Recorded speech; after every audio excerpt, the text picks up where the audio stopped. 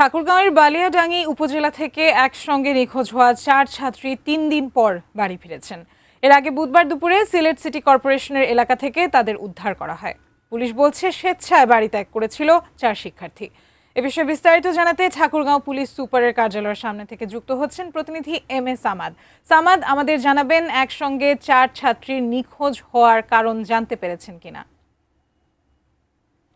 আদ্রিতা, গত 30শে জুন সকালবেলা প্রাইভেটে যাবার কথা বলে উপজেলার শাহবাজপুর গ্রামের 4 জন শিক্ষার্থী নিখোঁজ হয়ে যায়। এই ঘটনায় একই দিন রাতের বেলা তাদের 4 পরিবারের যারা অভিভাবক রয়েছেন তারা বালিয়াডাঙ্গি থানায় একটি সাধারণ ডায়েরি করে এবং ডায়েরি করবার পরপরই দেখা যায় যে জেলা পুলিশের পক্ষ থেকে যারা রয়েছে তারা তাদের তদারকি করে এবং তার পরদিনই সিলেটের যে একটি বাস কাউন্টার সেখান থেকে তাদেরকে উদ্ধার করা হয় এবং দক্ষিণ সুরমা থানায় তাদেরকে রাখা হয় এবং প্রাথমিকভাবে তাদেরকে আজকে সকালবেলা ঠাকুরগাঁয়ে নিয়ে আসা হয়েছে এবং কিছুক্ষণ আগে পরিবারের কাছে হস্তান্তর করা হয়েছে। এবং এই ঘটনার প্রেক্ষিতে আমরা দেখেছি জেলা পুলিশ একটি প্রেস ব্রিফিং করেছে এবং ব্রিফিংয়ে তারা যতটুকু বলবার চেষ্টা করেছেন যে স্বেচ্ছায় সেই 4 জন শিক্ষার্থী তারা বাড়ি থেকে বেরিয়েছিলেন তাদের কর্মের সন্ধানে। আমরা একটু বিস্তারিত জানার চেষ্টা করছি অতিরিক্ত পুলিশ সুপার খোদাত হোসেনের কাছে যে প্রাথমিক তদন্তে এই যে 4 জন শিক্ষার্থী 3 দিন পর আসতেন, আপনাদের তদন্তে কি দেখা গেল বা এর পেছনে অন্য কোনো রহস্য রয়েছে কিনা?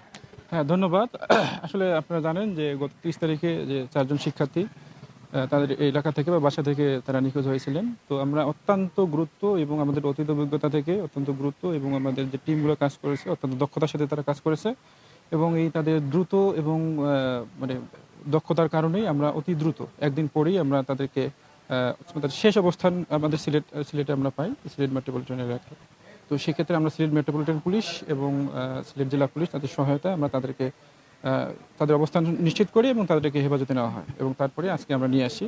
তো প্রাথমিক জিজ্ঞাসাবাদে আমরা 4 জন ভিক্টিমের সাথেই কথা বলেছি। তারা বলেছেন যে তাদের কর্মসংস্থানের উদ্দেশ্যে বা তারা স্পেসিফিকভাবে বলেছেন যে তারা গার্মেন্টসে যোগদানের উদ্দেশ্যে বাসা থেকে বের হয়ে যায়। সব মিলিয়ে আমরা এর আগে জানি যে কিছু গোয়ানঘাটের বা সিলেট দিয়ে পাচারেরও ঘটনা ঘটেছে, একটি ঠাকুরগাঁয়ের ঘটনা রয়েছে। এইরকম কোনো ধরনের সন্দেহ আপনারা করছেন কিনা বা অন্য কোনো রহস্যের পেছনে আছে কিনা? না, আপাতত আমরা এটাকে একেবারেই রুল আউট করতেছি না। কারণ হলো যে আমাদের অতীত অভিজ্ঞতা আছে, ঠাকুরগাঁ থেকেই এরকম ঘটনা ঘটেছে। তো সেক্ষেত্রে আমরা এটাকে অবশ্যই আমলে নিয়েছি এবং আমরা ফার্দার যে তদন্ত করতেছি এটাকে সামনে রেখে আমরা তদন্ত করতেছি। এরকম কোনো ব্যক্তি বা কোনো অপরাধ চক্র যদি সাথে জড়িত থাকে অবশ্যই আমরা আইনানুগ ব্যবস্থা নেব।